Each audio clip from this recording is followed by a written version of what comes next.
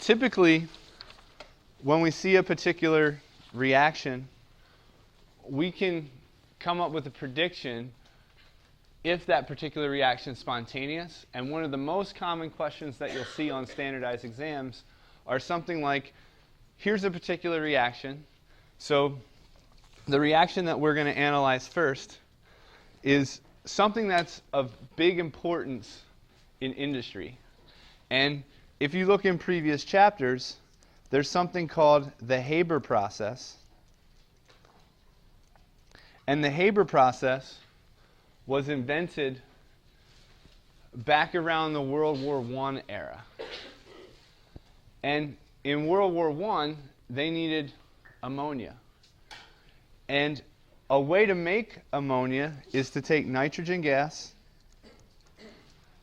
react it with 3 equivalents of hydrogen gas, and this is going to form an equilibrium with 2 equivalents of ammonia, all in the gas form.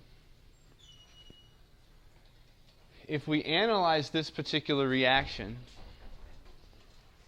and we try to figure out when this is going to be spontaneous, because in an industrial process, we're not only interested in if a reaction is spontaneous, we also have to keep in the back of our minds about everything we learned in kinetics. Because just because a reaction is spontaneous, that doesn't mean it's going to happen at an appreciable speed. So let's consider the following reaction, which is part of the Haber process. So we'll consider this reaction, and we're going to say that this is exothermic, and that the delta S naught for the reaction is going to be equal to negative 191 joule per Kelvin. So the question is, can we predict something about the spontaneity of this reaction given the following information? We know that delta G naught is going to be equal to delta H naught minus T delta S naught. So here's our particular reaction, and typically you might think, well, they didn't tell me the value for delta H, so I can't figure this out. The delta H here is going to be negative because we're told that this is an exothermic reaction. So in an exothermic reaction, we have a negative delta H, and delta G is going to be equal to delta H naught minus T delta S naught. If our particular reaction has a negative value for our delta S, this second term right here is going to be positive. So the spontaneity of this reaction is temperature dependent.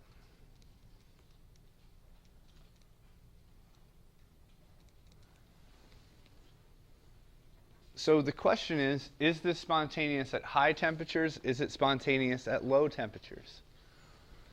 If we have a negative value for delta H, we're off to a good start. If you read back in chapter 5 of the textbook, it will say stuff like most exothermic reactions are spontaneous.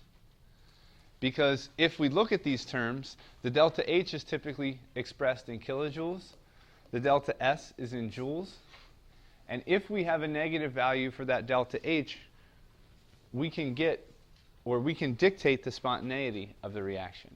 But it's not the entire piece of the puzzle. So here we have minus T delta S. Our delta S is negative, so this term becomes positive. So this is telling us that high temperatures, this reaction is not going to be spontaneous. So that means the spontaneity of this reaction is temperature dependent, and we're going to find that this particular reaction is spontaneous at low temperatures.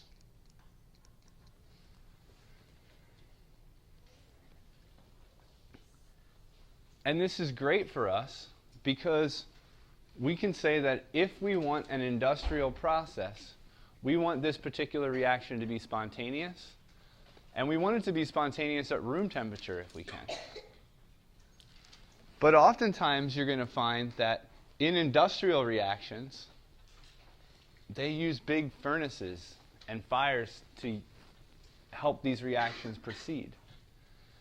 Because what this equation right here is telling us, that, and I should probably write this down here, under standard conditions, this reaction is spontaneous at low temperatures. But what happens if we take a particular chemical reaction and we analyze it under non-standard conditions?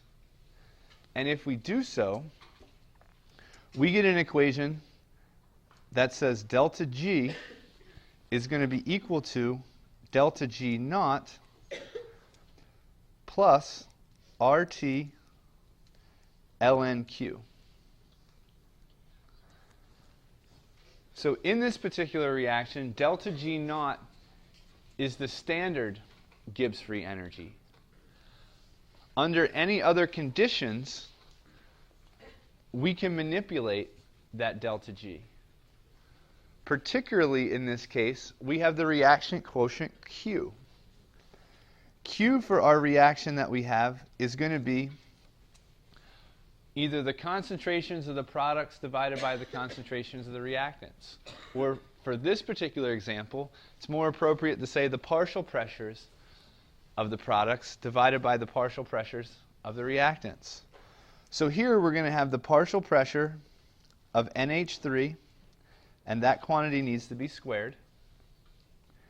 That's going to be divided by the partial pressure of nitrogen times the partial pressure of hydrogen, that quantity to the third power.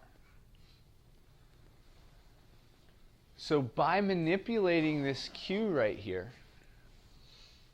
or this product that we have from the partial pressures of our gases, we can manipulate which way an equilibrium will shift. Le Chatelier observed this first, and he said if you have an equilibrium and you provide a stress on that particular equilibrium, you can shift it one way or the other. If we want to favor the products, we need to increase the partial pressure of nitrogen and hydrogen. So it should be kind of common sense to us that if we want to make ammonia, if we have more nitrogen and hydrogen around and increase those pressures, we're going to get more of a yield or more of a product. So if you're thinking like an industrial chemist and you want to try to figure out how to increase your yield, you can manipulate these pressures right here. Just as an aside, and I'll show this over here in this space, if we were going to graph the natural log of x, think about what that graph would be, and think about where it's going to be positive and negative. If I asked everyone what the natural log of 1 was, I would hope they would say 0. So if we say that this point on the graph right here is where x is equal to 1, that's where y is going to equal 0. So our graph is going to look something like this. The thing that I will emphasize here is when x is less than 0, the natural log of x is going to have a negative number. Where x is greater than 0, the natural log of x is going to be positive.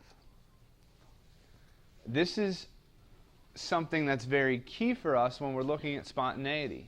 Because for a reaction to be spontaneous, our delta G needs to be negative. So if we're trying to manipulate this particular expression, and we're looking at the natural log of Q, if we wanted to make it negative, we need to make that value as small as we can. In order to do that, if we want a small q, we can do one of three things.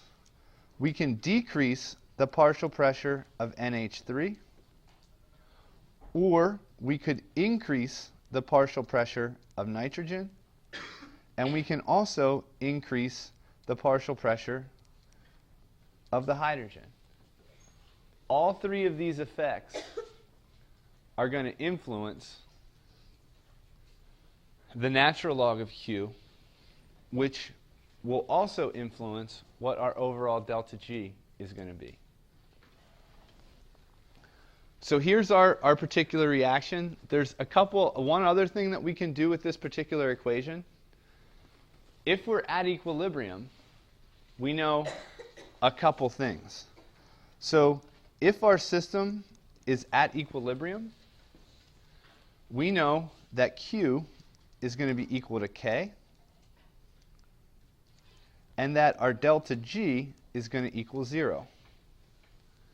So that means that 0 is going to equal delta G naught plus RT ln of K. If we rearrange this expression, we can say that delta G naught is going to be equal to minus RT ln K at equilibrium. So this expression right here is very important, as well as this expression right here. Let's think about the consequences of this particular expression and how that relates to our equilibrium constants. This K can be anything. It can be a KSP, it can be a KP, it can be a KC. We're going to find in the later sections of this book, it could be what we call a KTH, or a thermodynamic K. It can be a KA, it can be a KB. But let's think about what we talked about earlier this quarter. If I have a KSP of, let's say, silver chloride, that KSP is 1.8 times 10 to the minus 10. Think about what the magnitude of K tells us about that particular reaction. It's telling us that that equilibrium is going to favor all the reactants. Another way of saying that is that this reaction does not really proceed forward very well. Now let's talk about what that means in terms of when we're looking at a delta G naught. A delta G naught, if the reaction doesn't proceed, we could think, hey, that's going to be a positive value. If we have 1.8 times 10 to the minus 10, and we come back up here to our graph of the natural log of x, 1.8 times 10 to the minus 10 is going to be a value less than 1. So it's going to be a negative value for the natural log of x. If your natural log of x is negative, then minus RT ln K is going to be positive, indicating that that reaction is not going to go forward very well, which would indicate that it's not a spontaneous process. And what we find with all these equations when we talk about thermodynamic quantities is that these are giving us validation, or a proof, I guess you could say, of what Le Chatelier studied with his equilibrium expressions. So it's kind of like a further validation for what we've seen from experimental details before. So these are two very, very key equations that you're going to have to be able to manipulate. And the great thing about these equations, or in some instances, the brutal thing about these, is we can use these for any type of process. And we can then figure out how much of a pressure we have at equilibrium. What happens as we proceed? What is the percent of gases that decompose over a certain time period? So we can use these things to tie together kinetics and thermodynamics, and you're going to see that. And you might need to review a little bit of Chapter 15 when you do the Mastering Chemistry quiz, because we can start tying these concepts together.